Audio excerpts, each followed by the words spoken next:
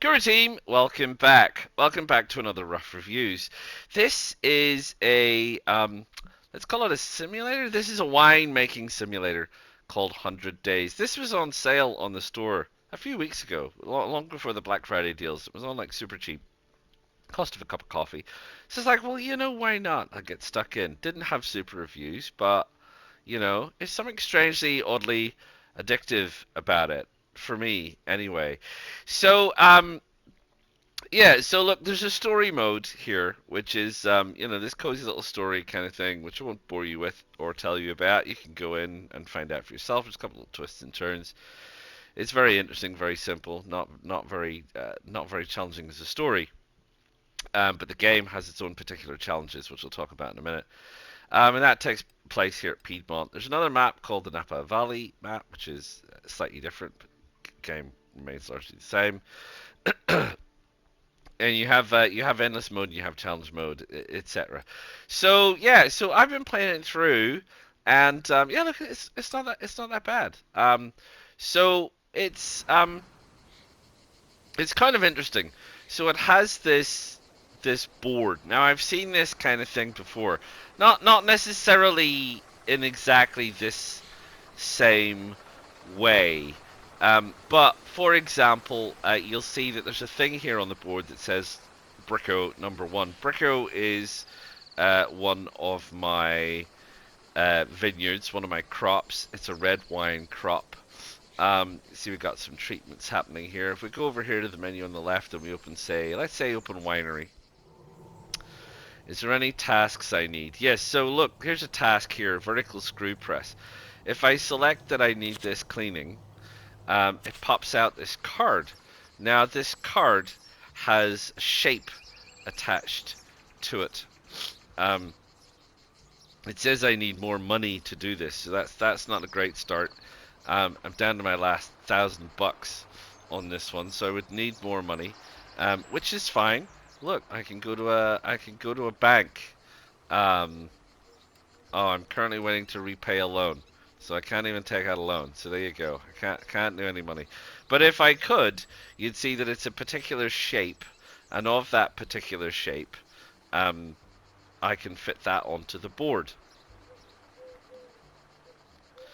So once you've filled up, you might have other things going on. You might have stuff in the machine room, or you could just go directly to your grape. You could put a treatment in place. We're looking at our grapes here. We can look closer at our grapes. We can look up and down our grapes, see if we can see any bugs or anything like that, which is fine. If we wanted, we could go down here to treatments. We could pick a treatment, and you see the treatments have shapes. So we could say, well, maybe we want to give this a treatment. So you need to find a space for it on your board. You can rotate it around, you can squeeze it in, you can plonk it on your board. I'm not going to do it right now. And then you fill up your board, and once you've filled up your board with all of the shapes that are available to you, that's the end of your turn, and you move on to the next turn, and you hit triangle, you go on, and that's the end of your turn, and it comes on, and you see now I've got a little bit of money made. It says I've got 7 orders. We'll get into that in a minute. And we've got a harvest that's got to happen. So we need to harvest our grapes, which is great. The 3 means it'll take 3 turns for that to happen.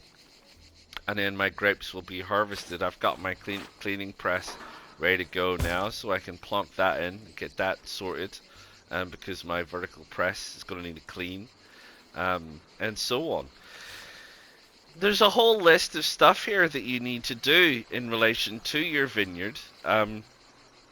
So it generally follows the wheel down at the bottom.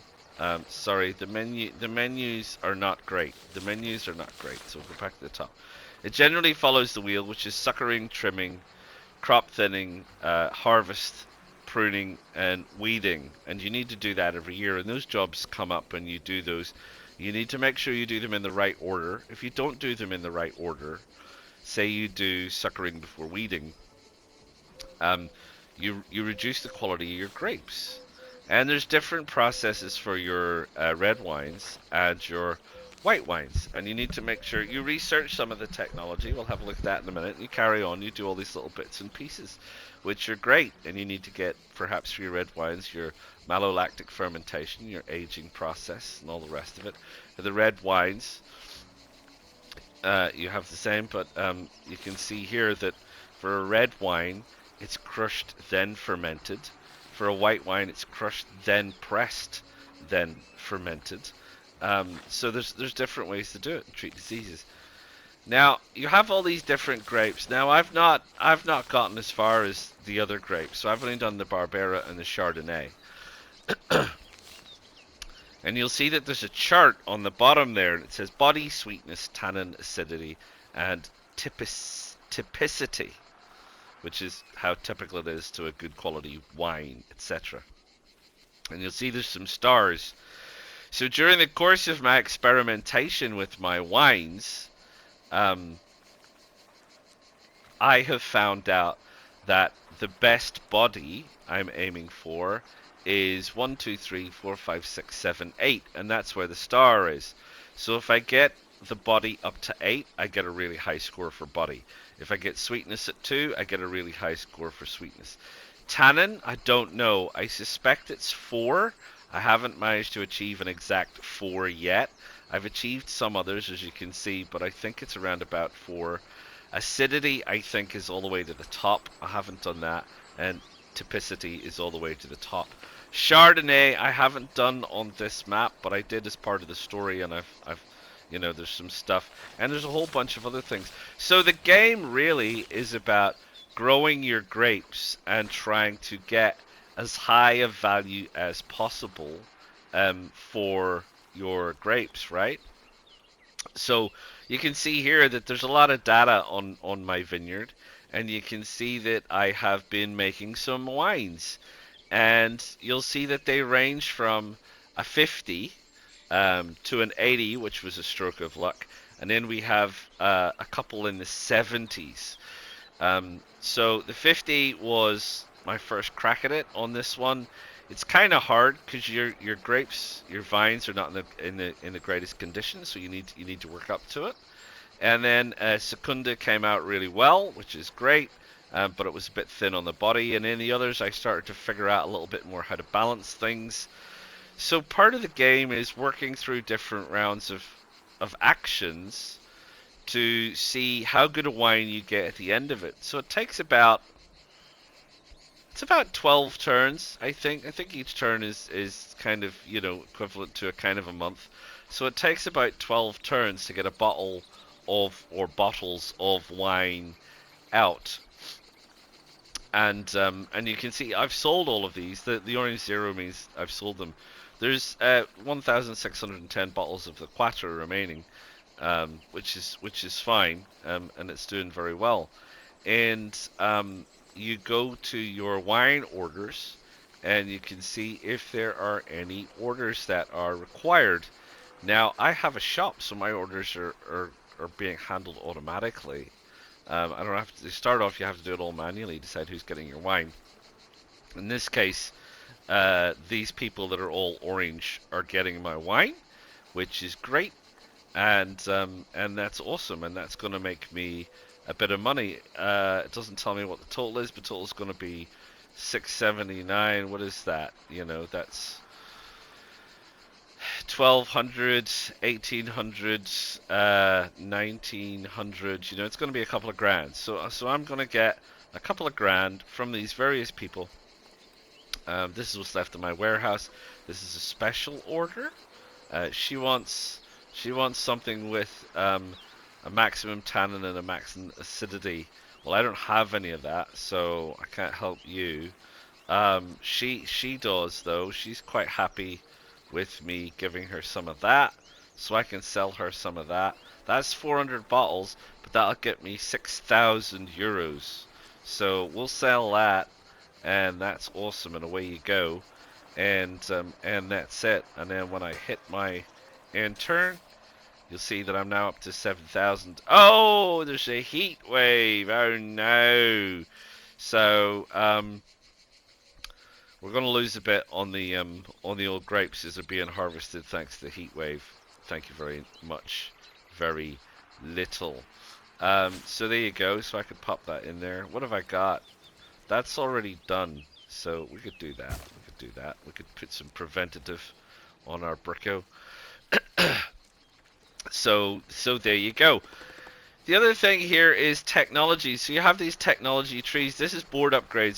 So the more space you have on your board, the more actions you can do. Um, there's only one board, so if you have multiple vineyards, you end up with needing to do more things because you have to like harvest at the same time. You run the risk of things happening and all kinds of stuff. So you really need to increase the size of your board up to its maximum. It doesn't tell me what the maximum size is, um, but it looks to be reasonably large, which is fine. Other things you've got is you've got technologies here. You've got shop, commercial office. You've got a magazine. You could put out radio ads. You could go to exhibitions. You could do some merchandising, guided tours. These are all intended to drum up more customers for you if you find yourself with an awful lot of wines stacking up that you can't sell, I guess. These are the processes and the grapes. So the malolactic is very good to get started with, as is the aging. Um, they will get me really good quality wines once I get those purchased. Then you have different kinds of yeasts which form part of the fermenting process. You have casks, you have tanks, you have things that will speed up and improve your processes, and all of this will help to get you closer to that 100 scoring wine, right? And the tool shed is interesting because this is where you find your different types of grapes. So if you want to go for Chardonnay, you want Nebbiolo grape. This gives you a little bit more options in terms of pruning. You get workshops, some tractors, some things that help you speed up your process. Maybe notify you if something's going to happen. Get you some employees. You can put in some terracing to increase the surface of your vineyards, which will obviously get you more stuff. And you go out here, you finally at the bottom, you get things like your Grignolino and Herbaluce. I'm probably saying that bad. So you got all this technology and stuff. So, and that's it. I mean, there's not a lot to it other than that. I say there's not a lot to it, but like I say, the board placing bit is pretty basic. It's a little bit weird. It takes a little bit to get used to. At first, it seems a bit bizarre, but I'd stick with it. It is kind of pursuing that elusive, what is my grape going to be? What is it going to look like? What is my wine going to be? That's sort of part of the challenges. So, for me, you're looking at this, looking at my wine log. I did an 80. I'm close, 75s and 76s. I'd love to do another 80. So you're pushing yourself a little bit to see, can I get that? Will I be able to do that this year? Things like random events, like harvest, like the heat wave happened, which is like, oh no, so it's going to reduce the quality. So that might not be the perfect year. So you're kind of pursuing this kind of perfect year, perfect bottle of wine. And that's fine. And that's it. And that's the game in a nutshell. I told you it would be a rough review, and rough is what it is. But you know what? It was on cheap. I bought it. If you see it and it is on cheap and you just want a little something, like I said, it can be highly addictive. Not every game has to be a hardcore, fast-paced shoot 'em up action movie. Sometimes you just want to sit down and chill for a little bit, and this would be the great game to do that. I hope you found this helpful. If you have, let me know. Don't forget to click that like. Don't forget to subscribe to the channel. If you got it, or you're thinking of get it, or you ultimately end up getting it because of this and you find it fun, do put a comment in below and let me know. Until then, ta-ta for now.